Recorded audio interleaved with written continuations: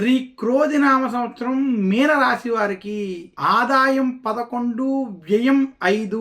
అలాగే మీనరాశి వారికి శ్రీ క్రోధినామ సంవత్సరంలో రాజపూజ్యం 2, అవమానం 4. శ్రీ క్రోధినామ సంవత్సరంలో మీనరాశి వారికి చిలకమర్తి పంచాంగరీత్యా దృక్ సిద్ధాంత పంచాంగ గణితం ఆధారంగా ఈ రకమైనటువంటి గ్రహస్థితి ఉంది.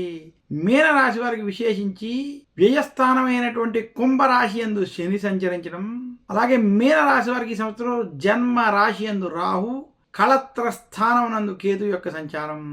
ఇంకా మీనరాశి వారికి విశేషించి వృషభ రాశిలో అంటే మీనరాశికి తృతీయ స్థానమైనటువంటి వృషభ రాశిలో బృహస్పతి సంచరించడం చేత శ్రీ క్రోధినామ సంవత్సరం మీనరాశి వారికి అంత అనుకూలంగా లేనటువంటి సంవత్సరంగా తెలియజేస్తున్నాను. మీనరాశి వారికి కుటుంబ సమస్యలు, అనారోగ్య సమస్యలు, ఆర్థిక సమస్యలు అంత ఇబ్బంది పెట్టేటువంటి సంవత్సరం అయినప్పటికీ మీనరాశి వారు వారి యొక్క తెలివితేటలతో, వారి యొక్క స్థైర్యంతో ఈ సమస్యల నుండి బయటకు వచ్చేటువంటి స్థితి కనపడుతోంది.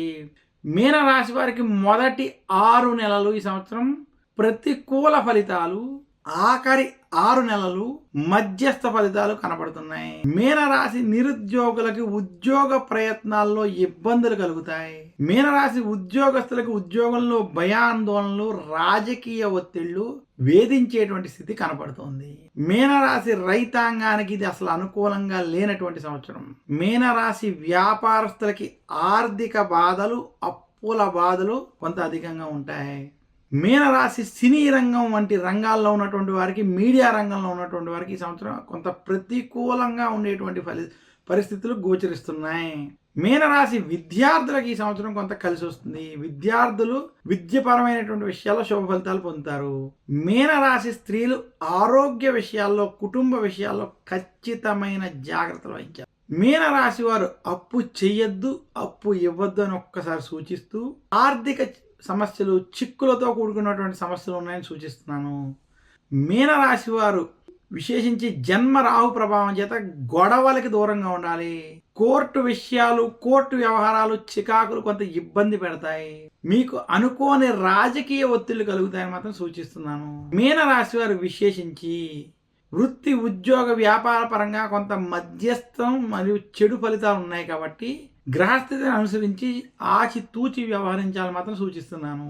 మీనరాశి స్త్రీలు విశేషంగా ఆరోగ్యపరమైనటువంటి విషయాల్లో మాత్రం ఖచ్చితమైన జాగ్రత్తలు వహించాలని మరొకసారి తెలియజేస్తూ, మీనరాశి వారు శ్రీ క్రోధినామ సంవత్సరంలో మరింత శుభ ఫలితాలు పొందాలి అంటే నవగ్రహ ఆలయాలకు వెళ్ళి అక్కడ శనికి తైలాభిషేకం చేసుకోవడం, మందపల్లి వంటి శనికి సంబంధించినటువంటి క్షేత్రాలకు వెళ్ళి అక్కడ తైలాభిషేకం వంటివి చేసుకోవడం, ఆలయాలను దర్శించుకోవడం, గురు దక్షిణామూర్తి స్తోత్రాన్ని, దశరథ ప్రోక్త శని స్తోత్రాన్ని నిత్యం పారాయణం చేసుకోవడం, అలాగే విశేషించి మీనరాశి వారు శివాలయంలో అభిషేకాలు వంటివి చేసుకోవడం వల్ల మరింత శుభ ఫలితాలు కలుగుతాయని తెలియజేస్తున్నాను.